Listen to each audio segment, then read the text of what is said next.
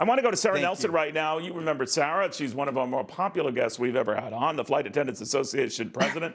She represents her people very well, always looks after them, and she has been pitching and pushing very long and hard for some relief for the airline industry. We're told, Sara, and it's very good to have you, that it will be included in this package, but the devil's in the details, and we don't know the amount. But the airline industry has been looking for more than $100 billion. That seems unlikely, but what are your thoughts? Well, the airline industry right now, the proposal is for $17 billion, and this is to continue the program that's been so successful from the CARES Act. So we've talked about this before. This is for payroll support for employees. It is the most successful program and the best use of the public's money, by the way, because it tells the corporation they have to spend all the money on the workers, keep them in their jobs, connected to their health care, and continue to serve all the communities they were serving before. This has become even more critical. Of course, we've had people out of work, over 100,000 people going without a paycheck since October 1st, and trying to find jobs. There's no jobs to be had anywhere. The airline industry is facing the biggest financial crisis it has in its 100 years of existence, with all of them combined together. This is bigger than that. And so we need this support to keep people in their jobs and connected to that healthcare and keep the service to all of the communities while we fight this virus.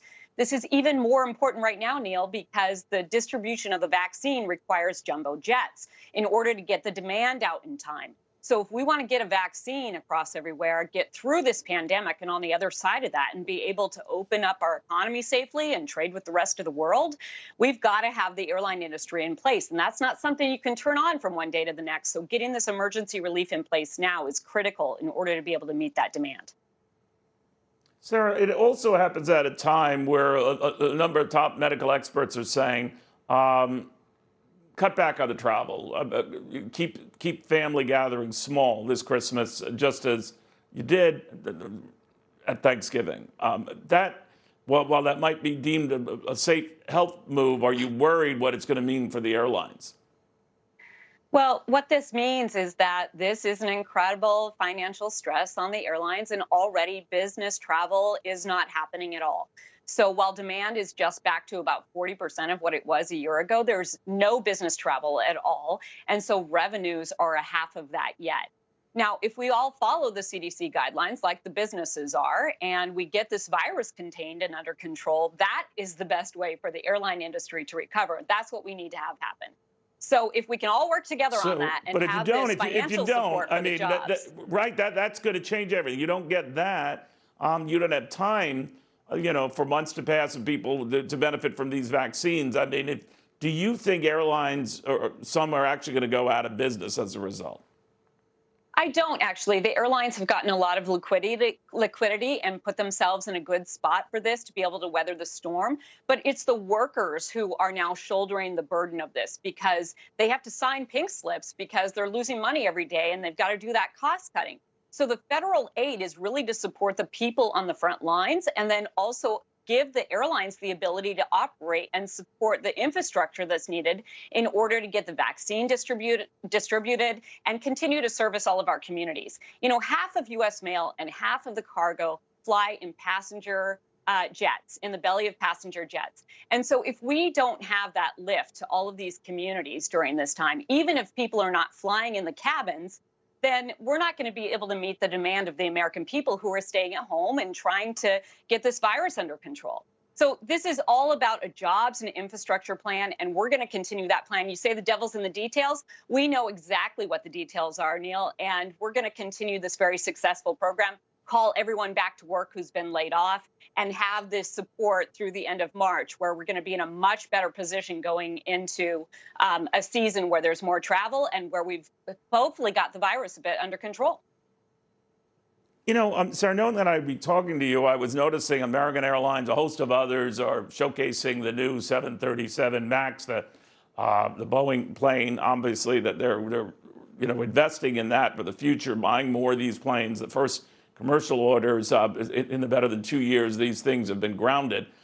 That's an investment for the future, but it is not money being spent on flight attendants. It's not money that's being spent on pilots per se. Does that at any level bother you, or is this a good sign that airlines are looking beyond what's happening now and investing for the future?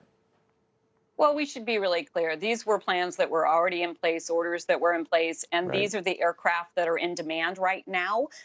They're the single aisle aircraft, and they are a tremendous workhorse. And the more of them that we have online, that has to be staffed with pilots and flight attendants. So that is good news for us. But right now, when there's not enough work to go around, we do need this payroll support so that we can have everyone stay in their jobs, continue to be able to pay for their families, pay their rent, get through this holiday season with some security, and also be able to have that health care during the pandemic. I want to remind everyone, these are essential workers who have been on the front lines since the beginning of this pandemic, and they're the ones who are shouldering the brunt of this continued financial stress.